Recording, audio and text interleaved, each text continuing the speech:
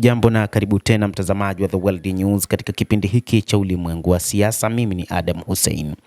Rais wa Marekani Donald Trump anasema kwamba makubaliano aliyoyafanya rais aliyepita Barack Obama dhidi ya mpango wa nyuklia wa Iran yalikuwa ni makubaliano ya kipumbavu.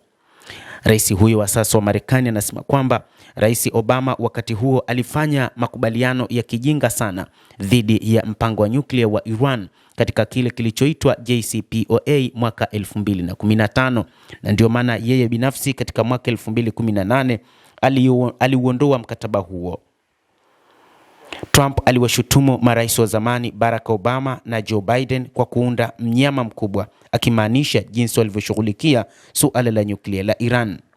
Obama na Biden walichokifanya katika suala la kuunda jini na Iran lilikuwa ni jambo la kutisha. Makubaliano ya nyuklia ya Iran yalikuwa moja ya mikataba ya kipumbavu ambayo sijawahi kuiona. Hata hivyo, mkurugenzi wa zamani wa Baraza la Kitaifa la Uchumi la Marekani alimuuliza rais wa Marekani Donald Trump kuhusu matarajio ya uwezekano wa makubaliano ya nyuklia kati ya Marekani na utawala wa Iran.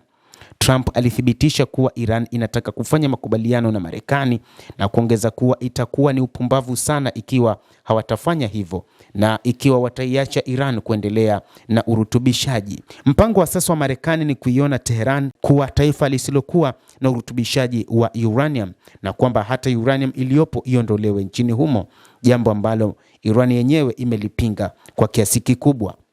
Iran ilitoa ishara kupitia maamuzi kwamba haitajadiliana wakati ikishambuliwa na itazingatia mazungumzo mazito baada ya kujibu. Hiyo ni mantiki ya kuzuia, si ya maelewano, na mara mantiki hiyo inapotawala, diplomasia inaondoka kabisa.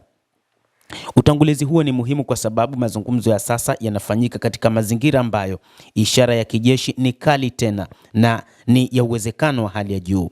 Shirika la habari la Reuters limeripoti mapema Februari mwaka 2026 likieleza mvutano unaozidi kuongezeka kwa Amerika katika eneo hilo, pamoja na maonyo ya mara kwa mara kutoka kila upande, ambapo upande wa Marekani unaonya kufanya shambulizi huku upande wa Iran ukionya kwamba utalipa kisasi kisichokuwa na mfano.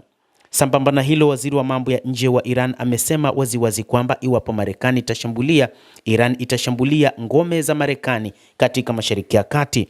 Kauli hizi ni sehemu ya mazungumzo ya kuzuia ambayo yanaweza kuimarisha mitazamo na kupunguza mwanya wa viongozi wa kisiasa kukubaliana maelewano bila kuoneana aibu. Hawakuwa wakizungumza na mtu mwingine yoyote, lakini wanazungumza nami.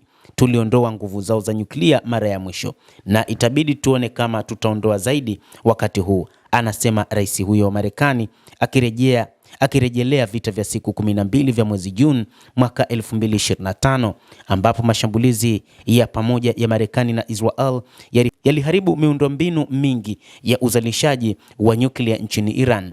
Utawala wa Iran si waaminifu sana, Trump anasema. Rais huyo wa Marekani anasema watu wengi husema hapana, ningesema kwamba ni afadhali nifanye makubaliano, ni afadhali tuambie kabisa utawala wa Iran waachane na mpango wao wa nyuklia. Kama hawataweza, lazima tutauondoa utawala huo.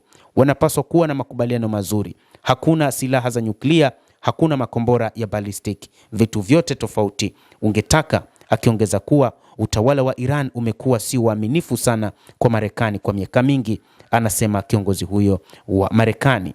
Tehran imejitolea kikamilifu kwa suluhu la kidiplomasia na Marekani, huku wakati huo huo ikitafuta uwezekano wa kutokea tena kwa mzozo. Waziri wa mambo ya nje Abbas Araghchi kwa upande wake alisema kuwa hakuna suluhu ila diplomasia pekee na vita havitoweza kuleta suluhu la mpango wa nyuklia ama wa makombora ya masafa marefu. Iran daima itaangalia ni nini ambacho kitawezekana pale ambapo Marekani itaamua kufanya shambulizi. Endelea kutufuatilia mtazamaji, lakini ni kusihi usisahau kulike, usisahau kucomment, kadhalika kusubscribe channel yetu hii ili upate habari hizi kwa mapana kupitia The World News. Mimi ni Adam Hussein. Endelea kuwa nasi wakati wote, endelea kutufuatilia uyajue mengi yanayojiri duniani.